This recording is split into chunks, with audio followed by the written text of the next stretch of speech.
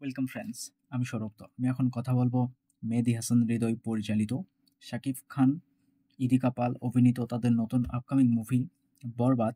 তো বরবাদের কিন্তু নতুন একটা গান রিলিজ করা হয়েছে, বেসিক্যালি আইটেম সং রিলিজ করা হয়েছে, যে গানটির টাইটেল ছিল চাঁদ মামা। তো এই গানটি কিন্তু গেয়েছেন প্রীতম হাসান এবং দোলা রহমান, আর গানটির লিরিক্স বা মিউজিক করছেন প্রীতম হাসান তিনি নিজে।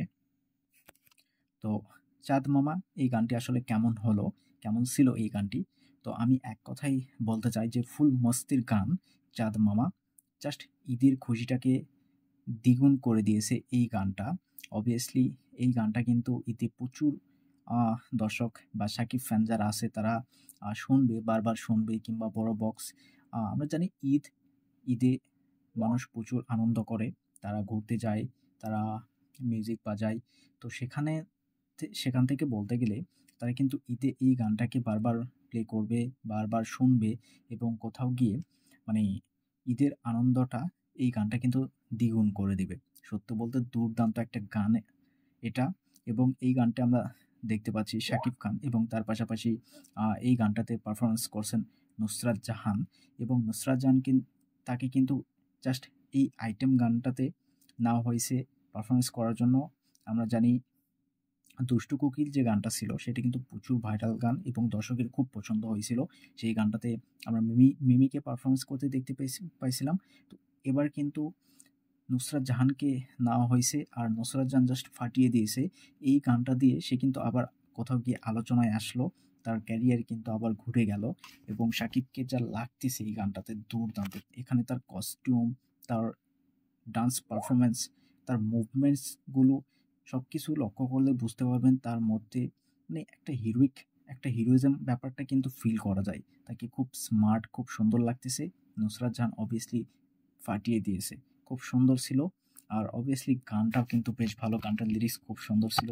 বেসিক্যালি চাঁদ মামা গানটার যে হুক লাইন ছিল, এবং সামনে ঈদ, তো এই গানটা অবভিয়াসলি প্রচুর প্রচুর চলবে, প্রচুর রিলস হবে, শর্ট ভিডিও হবে, প্রচুর ভাইরাল হবে, এতে কোনো সন্দেহ নাই। তবে আমি যদি দুষ্টু কোকিল এবং চাঁদ মামা এই দুইটা গানকে কম্পেয়ার করি, সেখান থেকে বলতে গেলে আমার কাছে এখন পর্যন্ত মানে দুষ্টু কোকিল সেই গানটা বেটার, এবং সেই গানটার মিউজিক, সেই গানটার ডান্স পারফরমেন্স সব কিছুই কিন্তু বেটার ছিল। সেখানে শাকিব খানের যে এক্সপ্রেশন, সে যেভাবে পারফরমেন্স দিয়েছে সেই গানটাতে শাকিব খান কিন্তু সেইভাবে নাচে নাই।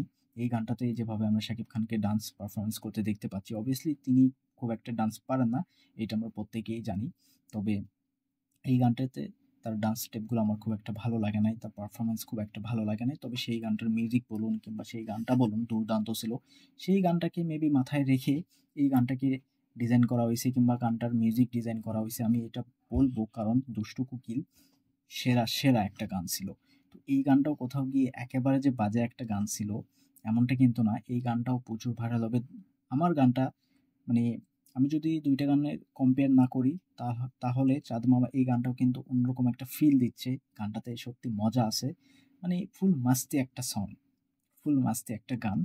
তো বরবাদ এতদিন চুপ করে আছে, ভাববেন না যে বরবাদ হারিয়ে গেছে। তো বরবাদ কিন্তু সত্যি সবকিছু বরবাদ করে দিতে আসছে, এবং তারা কিন্তু চাঁদ মামা দিয়ে আবারও সেটা প্রমাণ করে দিল।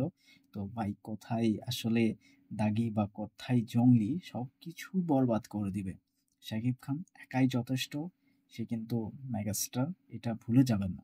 সত্যি এই গানটা দুর্দান্ত। তো শাকিব খানের সেরা কয়েকটা গানের মধ্যে আমি দুষ্টু কোকিলকে ১ নম্বরে রাখবো, এবং চাঁদ মামা এই গানটাকে ২ নম্বরে রাখবো। আমার কাছে ২ টা গানই সেরা ভাই, ২ টা গানই আমার কাছে সেরা। তো এই ২ টা গান আপনাদের কাছে কেমন, বা কত নম্বরে কত গানটাকে রাখবেন?